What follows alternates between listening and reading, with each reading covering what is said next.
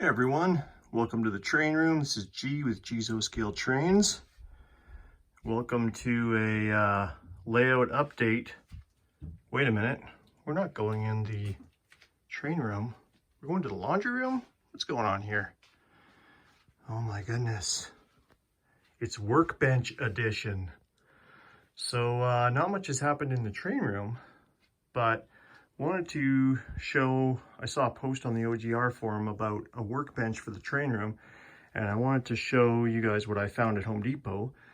This is called the brand is Husky, as you can see, and this bench cost $80 Canadian, which is probably like $60 US, or even less.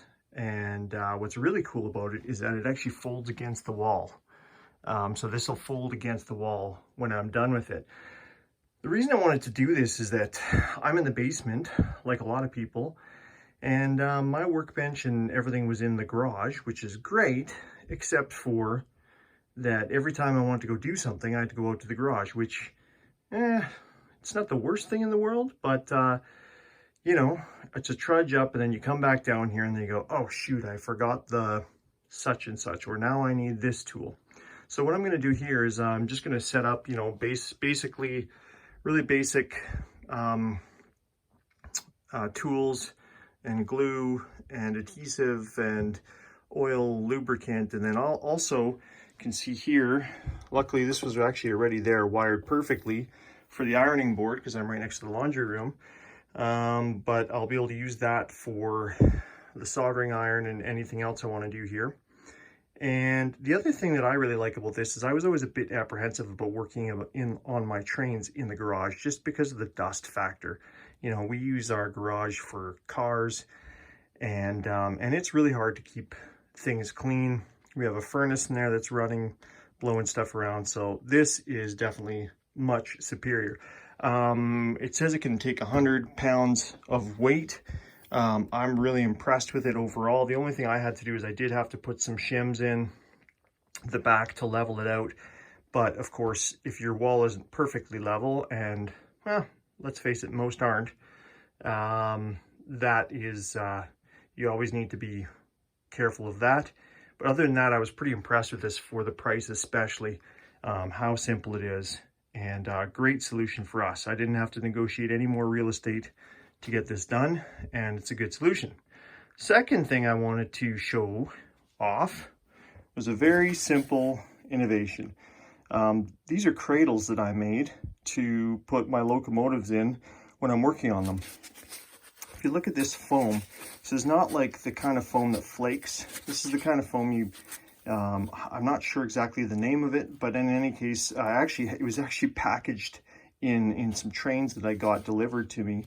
And I was in a shop and I saw this cradle that you can buy, and I think it was about $30 or $40. A really cool idea, but it got me thinking, well, why the heck can't I do this myself at home?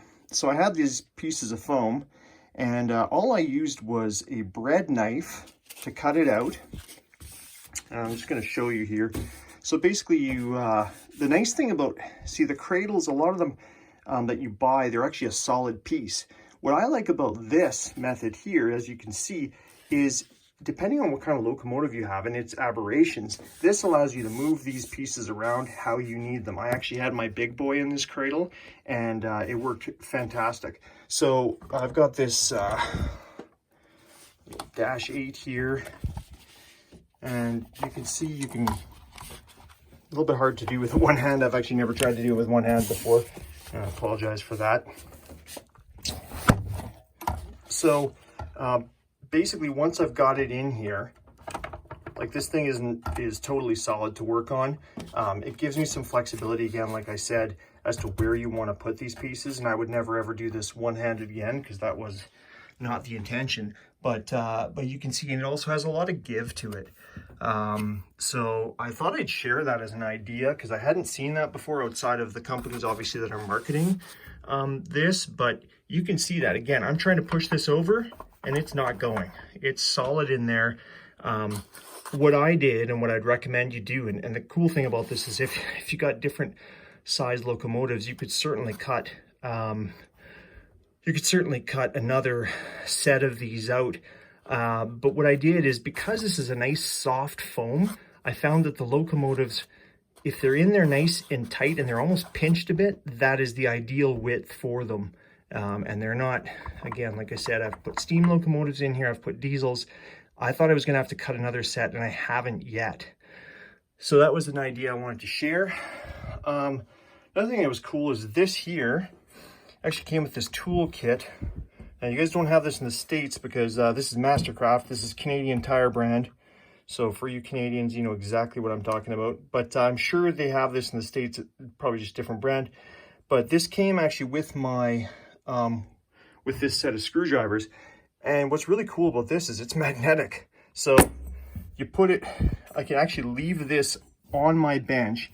I can fold this down, and if you look at this, these are the screws from this locomotive, and they're actually magnetized. So that's pretty cool. So I guess I'll just, the last thing I was going to leave you with, and hope you're all safe and healthy through this COVID issue that we're all wrestling with. And unfortunately, it does, for some people, it's created extra train time. For me, it hasn't, because my work is, I guess, fortunately or unfortunately, depending how you look at it, I'm deemed essential. So I'm working, and then we got kids at home, etc. So it's a busy time. But what I wanted to leave you with is just how this folds away. So all you got to do is lift this up,